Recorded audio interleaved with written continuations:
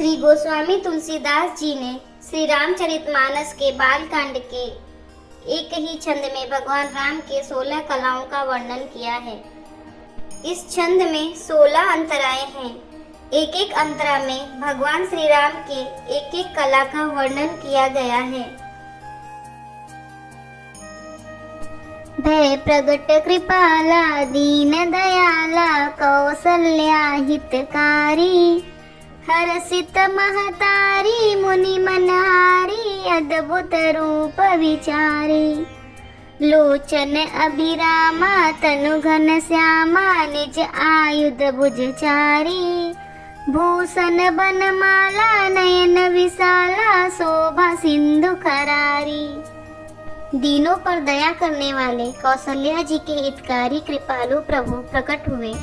मुनियों के मन को हरने वाले उनके अद्भुत रूप का विचार करके माता हर्ष से भर गई। नेत्रों को आनंद देने वाला मेघ के समान श्याम शरीर था। चारों भुजाओं में अपने खास आयुध धारण किए हुए थे। दिव्य आभूषण और वनमाला पहने थे। बड़े बड़े नेत्र थे। इस प्रकार शोभा के समुद्र तथा खर राक्षसों को मारने वाले भगवान प्रकट हुए। कह दुई कर जोरी स्तुति तोरी केहि विधि करो अनंता माया गुण ज्ञानातीत अमाना वेद पुराण भनंता करुणा सुख सागर सब गुण आगर जेहि गावहि श्रुति संता सो मम हित लागी जन अनुरागी भयहु प्रकट श्री कंता। दोनों हाथ जोड़कर माता कहने लगी, हे अनंत, मैं किस प्रकार तुम्हारी स्तुति करूं? वेद और पुराण तुमको माया गुण और ज्ञान से परे और परिमाण रहित बतलाते हैं। श्रुतियाँ और सतजन दया और सुख का समुद्र सब गुणों का धाम कहकर जिनका गान करते हैं, वही भक्तों पर प्रेम करने वाले लक्ष्मीपति भगवान मेरे कल्याण के लिए प्रकट हुए हैं। ब्रह्मांड निकाया निर्मित माया रोम रोम प्रतिवेद कहे मम उरसो बासी यह उपहासी सुनत धीर मति तीर न रहे उपजा जब ज्ञाना प्रभु मुस्काना चरित बहुत विधि कीन चहे कही कथा सुहाई मात बुझाई जेहि प्रकार सुत प्रेम लहे। वेद कहते हैं कि तुम्हारे प्रत्येक रोम में माया के रचे हुए अनेकों ब्रह्मांडों के समूह भरे हैं। वे तुम मेरे गर्भ में रहे।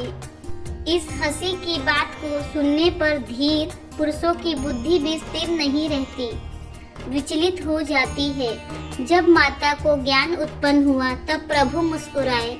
वे बहुत प्रकार के चरित्र करना चाहते हैं, अतः उन्होंने पूर्व जन्म की सुंदर कथा कहकर माता को समझाया, जिससे उन्हें पुत्र का वात्सल्य प्रेम प्राप्त हो, भगवान के प्रति पुत्र भाव हो जाए। माता पुनि बोली सोमति डोली तजहु तात यह रूपा की जय शिशुलीला अति प्रियशीला यह सुख परम अनुपा सुनि बचन सुजाना रोदन थाना होई बालक सुरभूपा यह चरित जे गावहि हरिपद पावहि तेना परहि भवकूपा। माता की वह बुद्धि बदल गई। तब वह फिर बोली, हे तात, यह रूप छोड़कर अत्यंत प्रिय बाल लीला करो, मेरे लिए यह सुख परम अनुपम होगा। माता का यह वचन सुनकर देवताओं के स्वामी सुजान भगवान ने बालक रूप होकर रोना शुरू कर दिया। तुलसीदास जी कहते हैं, जो इस चरित्र का गान करते हैं वे श्री हरि का पद पाते हैं और फिर संसार रूपी कूप में नहीं गिरते। जय श्री राम। हर हर महादेव। अगर आपको हमारी वीडियो पसंद आ रही है तो कमेंट में जय श्री राम और हर हर महादेव अवश्य लिखें।